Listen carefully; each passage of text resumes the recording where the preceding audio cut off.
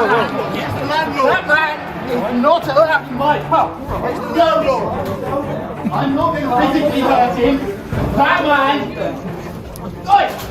That's assault. I'm not bothering you. I am not bothering him. That man is not allowed in my pub. Get out of my pub. Go on. Get out of my pub. After the news of the smoking ban broke, Jeremy Clarkson quickly joined the chorus of criticism against Keir Starmer, accusing him of pushing a hidden agenda to turn the country into a nanny state. Just as many had predicted. According to Clarkson, Starmer concealed many of his plans during his campaign, only to reveal their absurdity once in office. In a recent Instagram post, Clarkson indirectly attacked Starmer by sharing an image that read, "You like smoking. Others might not. If you smoke, please be considerate." This was a clear jab at Starmer, whom Clarkson sees as a politician passing senseless rules. Starmer justified the smoking ban by claiming it would help stabilize the Nach, but Clarkson dismisses this reasoning as overly simplistic, ignoring the complexities involved. Clarkson sarcastically notes that Starmer believes the ban might reduce casualties over the next 20 to 30 years if people comply and don't turn to the black market. A focus on long-term to the black market. A focus on long-term problems, while more immediate issues like illegal immigration remain unresolved. With Clarkson now voicing his disapproval, it's clear that Starmer won't be welcome at Clarkson's newly opened pubs anytime soon. Not your security. You have failed me. Thank you. Okay. I've been a Labour voter my entire life. You have failed to be the opposition. You have failed to ask whether lockdown was functioning. Just behind. Can we just Do you understand? Shall we go on in? Thousands of people have died because you have failed to do your job and ask the real questions. Well, I am telling you now, and I hope this goes out, you have failed this country. You have. They've been on the front line keeping people alive. So I really don't need lectures from you about this pandemic. You've got one. Why? Can we come in? Okay. What are you doing? Good. He's the landlord. That man is not allowed in my pub. There's no law. I'm not going to physically hurt him. That man.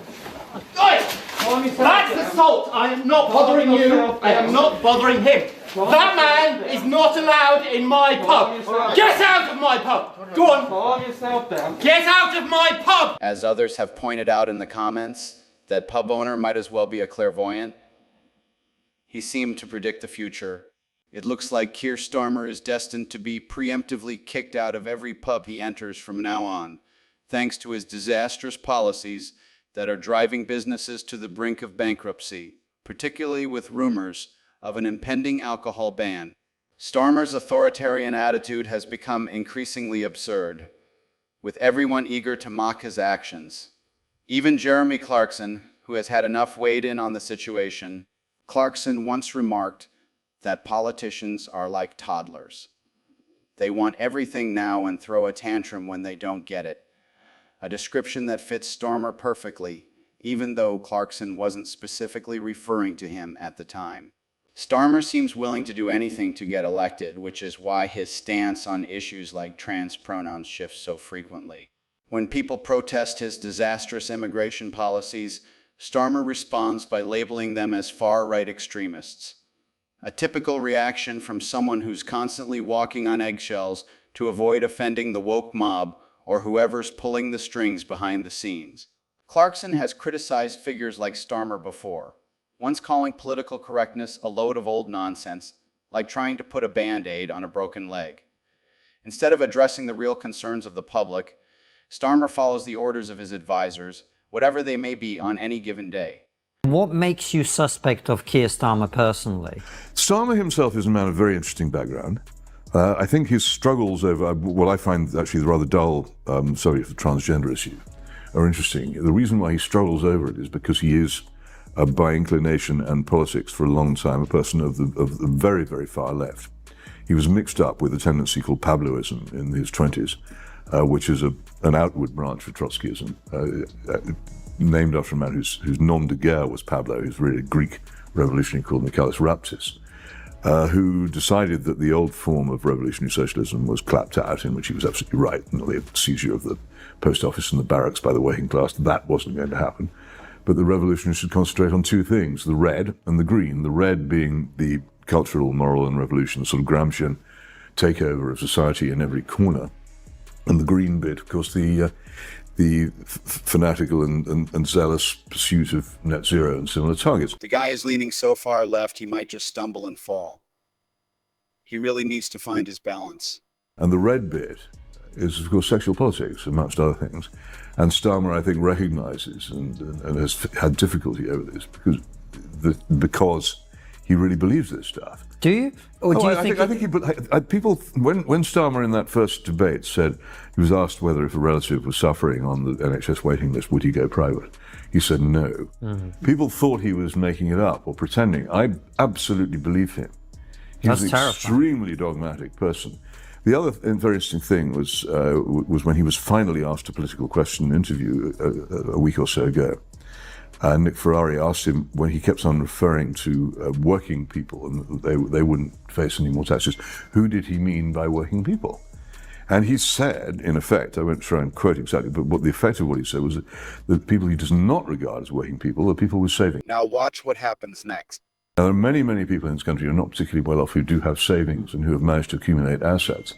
They will all, I think, face very strong egalitarian taxation in one form or another under this government. There are other things about Starmer's policy which are fascinating. The Daily Mail the other day revealed that he'd been on a trip, a work camp trip to Czechoslovakia, in the deep frozen years of communism in 1986.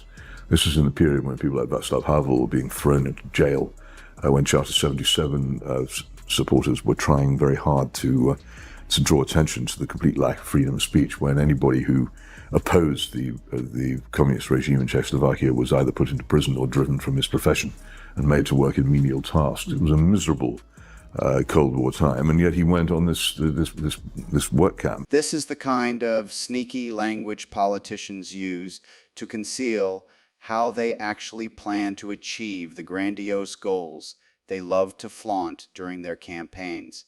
It's such an old, overused trick that I'm convinced if a newcomer came along and was completely honest about their plans, they'd attract far more attention.